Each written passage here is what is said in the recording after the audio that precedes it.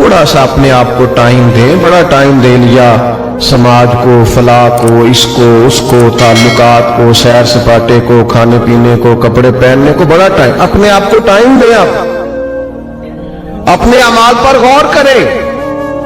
یہ جو بے سکونیاں ہیں، بے چینیاں ہیں، اس کی اصل وجہ یہ ہے کہ روح اللہ کا ذکر مانگتی ہے. دل کہتا ہے لمبی لمبی دعائیں مانگ اپنے رب کے حضور.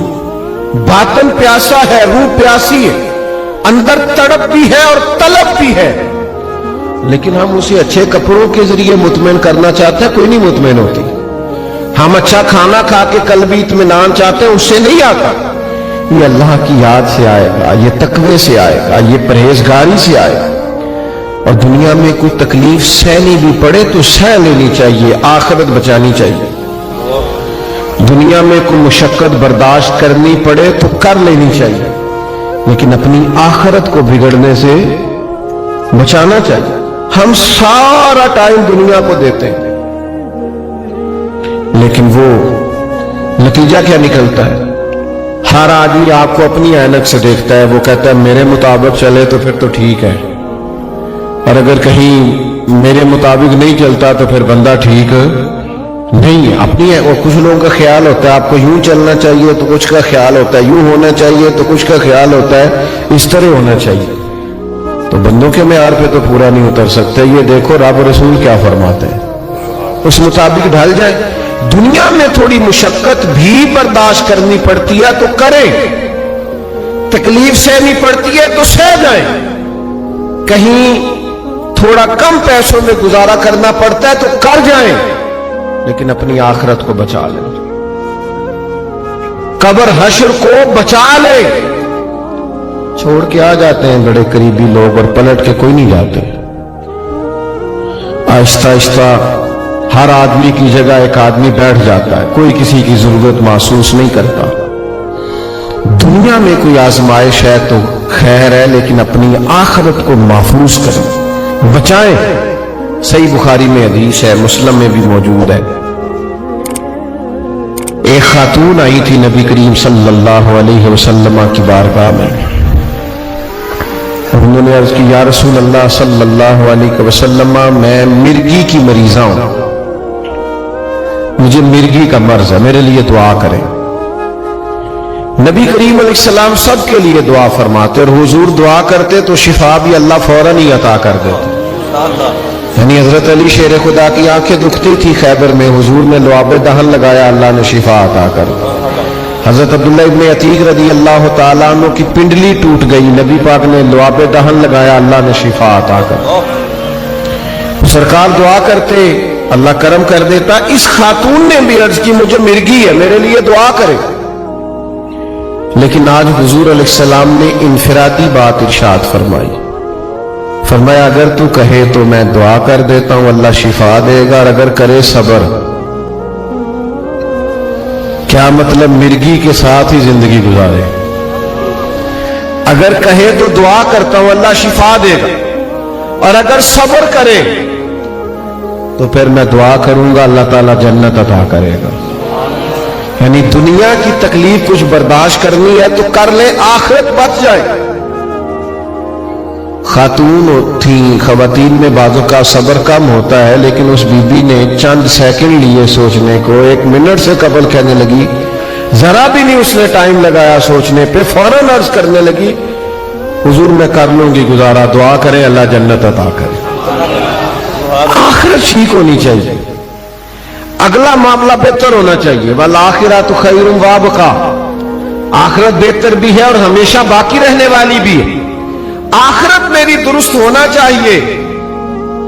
قربان جائے، اللہ کے محبوب نے اٹھا دیے پھر ہاتھ، اور حضور جب ہاتھ اٹھا دے پھر کرم کی برکھا برس جاتی ہے. سرکار نے دعا کر دی اللہ جنت عطا کرے. وہ عرض کرنے لگی یا رسول اللہ صلی اللہ علیہ وسلم، جب مجھے مرگی ہوتی ہے تو میرے جسم سے کپڑا ہٹ جاتا ہے، دعا کرے کپڑا قائم رہے. تو صحابہ فرماتے ہیں بہت زیادہ بھی اگر تکلیف ہوتی تھی تو کپڑا جسم کے ساتھ لگا رہتا تھا. وہ بوڑھی خاتون دیر تک زندہ رہی.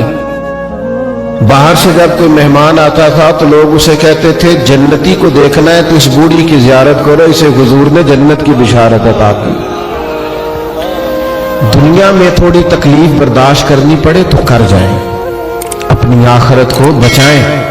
اور یہ اچھی طرح سمجھ لیں، بس بات ختم کرنے لگا ہوں، ذرا غور کرنا، اپنی آخرت کو کسی صورت بھی خراب نہ کریں، اور کسی کی دنیا کے لیے تو اپنی آخرت بالکل خراب نہ کریں۔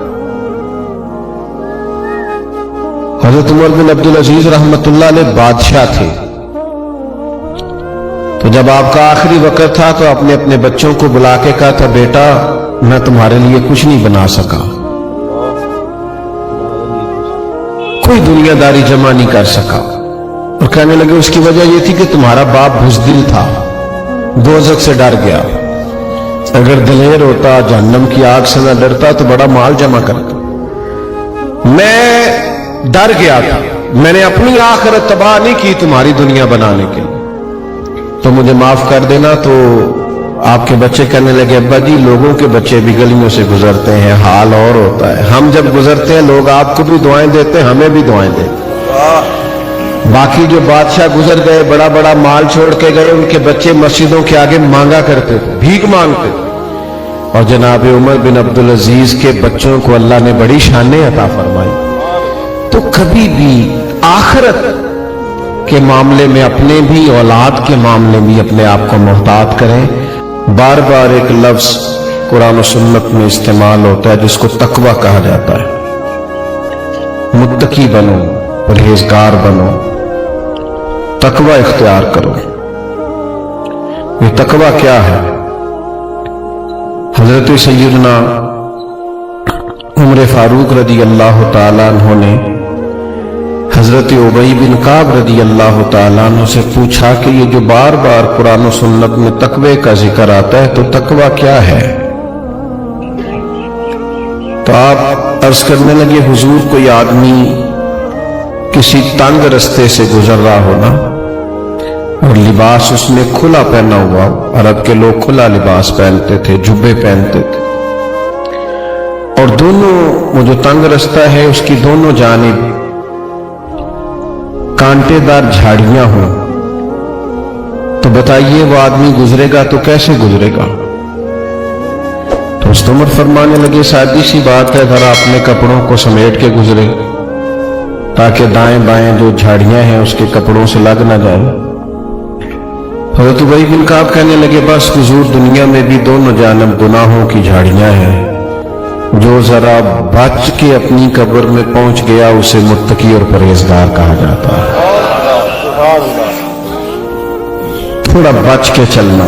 سب سے پہلی بات تو یہ کہ زبان کا تقوی اختیار کریں، بہت زیادہ نہ بولیں، بیکار نہ بولیں، کوئی ایسی بات نہ کریں جو آپ کے لیے، آپ کے اپنوں کے لیے تکلیف کا باعث بنے۔ زبان پر پہرا بٹھائیں۔ بہت سارے جرم صرف زبان کی غلط گفتگو کے سبب سے ہو جاتے ہیں، اس لیے نبی کریم علیہ السلام نے فرمایا کہ تم بعض اوقات بات کرتے کرتے ایسا جملہ بول دیتے ہو تمہیں خبر بھی نہیں ہوتی اور اللہ تمہارے لیے جنت کا فیصلہ کر دیتا ہے، اور بعض اوقات تم بات کرتے کرتے ایسا کمزور جملہ بولتے ہو، غلط جملہ بولتے ہو، نامناسب بات کرتے ہو کہ اس ایک بات کی وجہ سے رب تمہارے لیے جہنم کا فیصلہ کر دیتا ہے۔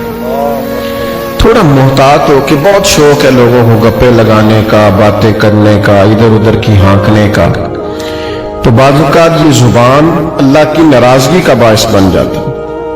تو سب سے پہلی پرہیزگاری تو یہ ہے کہ محتاط گفتگو کریں۔ دوسری بات، سوچیں، اچھا کریں۔ ہمیں کوئی بندہ اچھا ہی نہیں لگتا، ہر ایک کے بارے میں گمان بن جاتا ہے، اس میں تکبر بڑا ہے تو اس کے پاس آکڑ بڑی ہے، تو اس کے بعد پیسے بڑے ہیں تو اس کا نخرہ بڑا ہے، تو اس کو بھئی یہ آپ نے اور میں نے سوچ لیا، حقیقت اس کے برعکس ہے۔ اچھا گمان رکھیں، اچھا سوچیں۔ کوئی بعضوں کا چیز ایسی نظر آئے جو نامناسب ہو تو کوئی اچھا مفہوم اس کا بیان کر لیں، یعنی کسی بندے نے آپ سے صحیح سلام نہیں لی آج، تو یہ بھی کہا جا سکتا ہے تکبر بڑا ہے، اور یہ بھی کہا جا سکتا ہے کہ لگتا ہے بیچارہ پریشان ہے، لگتا ہے کوئی دکھ ہے، کوئی تکلیف ہے، کوئی ٹینشن ہے۔ تو اچھا ترجمہ کر لیا جائے، اچھا گمان کر لیا جائے۔ نبی پاک صلی اللہ تعالی علیہ وسلم نے فرمایا اچھا سوچنا بھی عبادت ہے، اچھا گمان کرنا بھی عبادت۔ تو بھلے اچھا، سوچے اچھا۔ تیسری بات، رزق کے معاملے میں بہت محتاط ہو جائیں۔ 100 روٹیاں ایک وقت پیٹ میں نہیں جا سکتی، اتنا بڑا پیٹ ہی نہیں بنایا اللہ نے۔ لاکھوں کروڑوں کھائے نہیں جا سکتے ہر روز، اتنا بڑا اللہ تعالیٰ نے وسعت نہیں بنائی۔ رزق جو حلال ہے، جو طیب ہے، جو پاکیزہ ہے، صرف وہ رزق حاصل کرے۔ یہ نہیں ہو سکتا کہ آپ کسی کے بچوں کا حق چھین کے اپنے بچوں کو کھلا جائیں اور پھر کہیں میرے گھر میں سکون ہو۔ تو بھئی جب اتنے سارے لوگوں کا حق مار لیا ہے تو چین کہاں سے آئے گا، اطمینان کہاں سے آئے گا؟ رزق حلال نور پیدا کر دیتا ہے، اور غیر محتاط طریقے سے لیا ہوا مال وہ انسان کو بے سکون بھی کرتا ہے، ذہنی طور پہ الجھاؤ بھی پیدا کرتا ہے، اور سب سے بڑا نقصان یہ کرتا ہے کہ جب رزق حلال نہیں ہوتا تو بندے کا اللہ سے رشتہ کمزور ہو جاتا ہے۔ دیکھو میں نے کیا کہا، اللہ تعالیٰ سے رشتہ کمزور ہوتا ہے۔ نبی کریم صلی اللہ تعالی علیہ وسلم نے فرمایا ایک آدمی دور کا سفر کر کے چلتا ہے اور دیر سے کہیں پہنچتا ہے۔ شارح نے حدیث فرماتے اس کا معنی یہ ہے کہ وہ اللہ کے گھر بیت اللہ میں پہنچا، لمبا سفر کر کے آیا، بیت اللہ پہنچا ہے،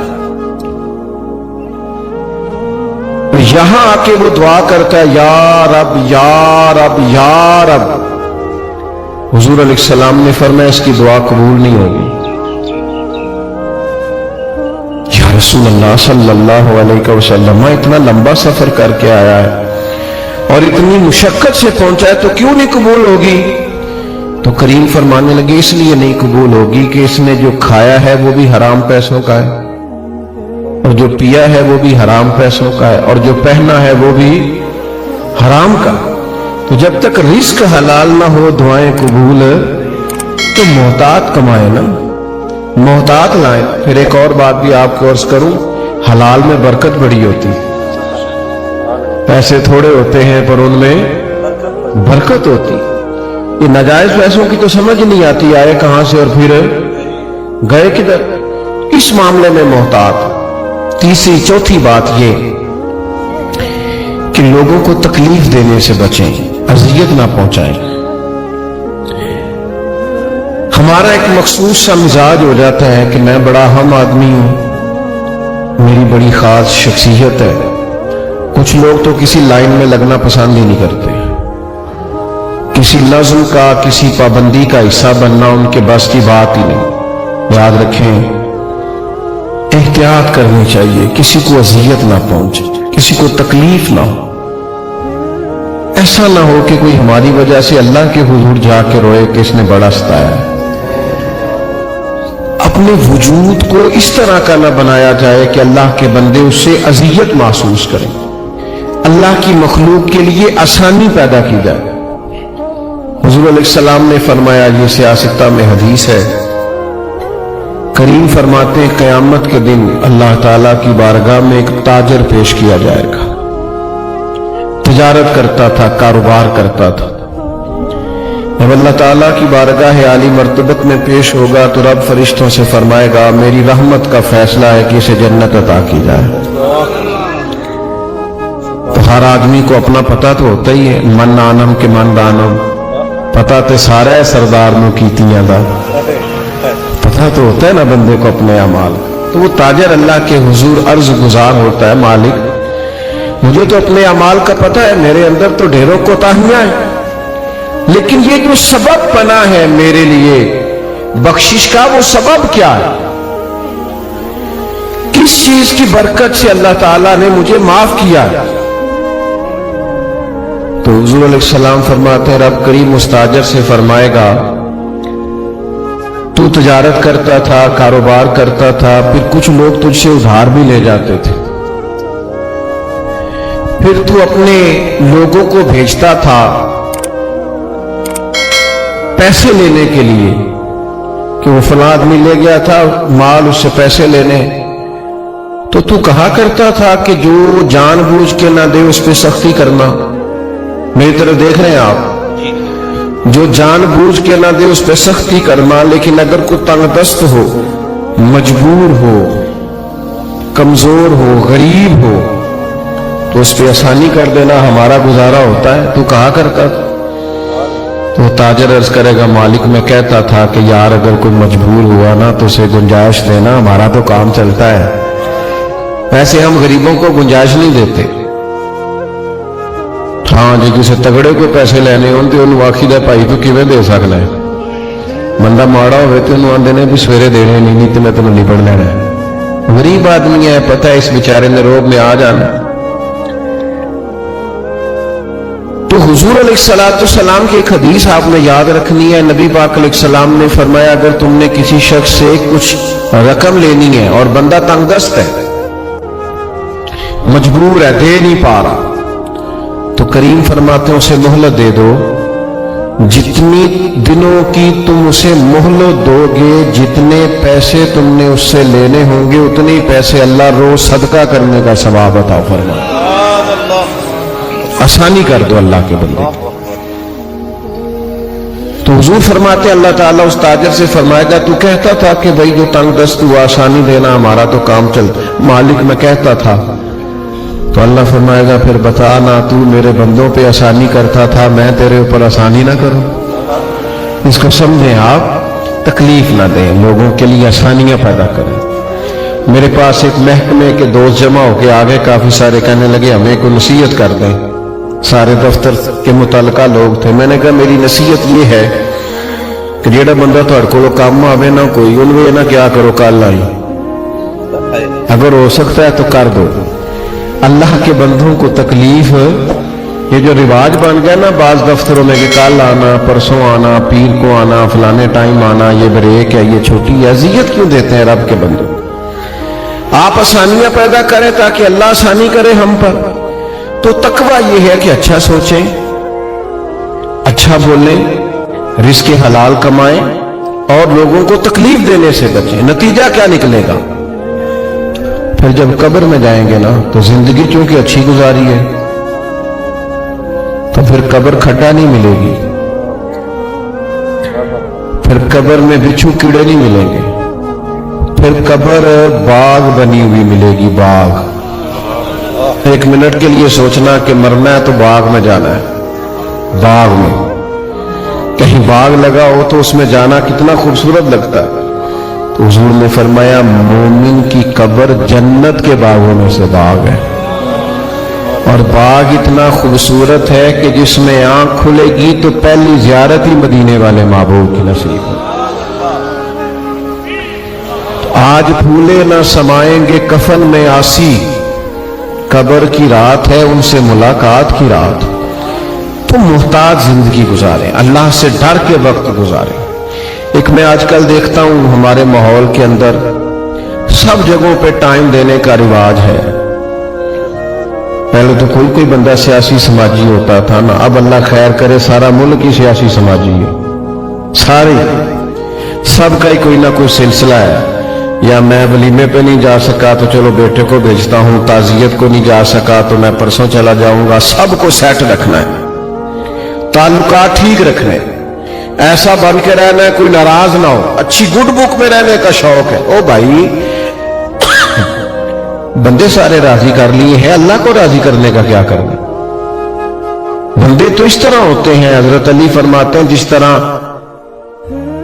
ریوڑ ہوتا ہے بکریوں کا، ادھر والی بکریاں کھینچ کے لاؤ تو ادھر والی نکل جاتی ہیں، ادھر والی کھینچ کے لاؤ تو یہ مخلوق کا تو یہ حال ہوتا ہے کہ ایک طرف والے لوگ راضی کرو تو دوسری طرف والے ناراض ہو جاتے ہیں، دوسرے راضی کرو تو تیسری طرف والے ناراض ہو جاتے ہیں۔ تو اللہ کو راضی کریں، اپنے کریم رب کی رضا کے لیے کچھ کریں۔ وقت گزر گیا ہے، باقی کا بھی گزر جائے گا۔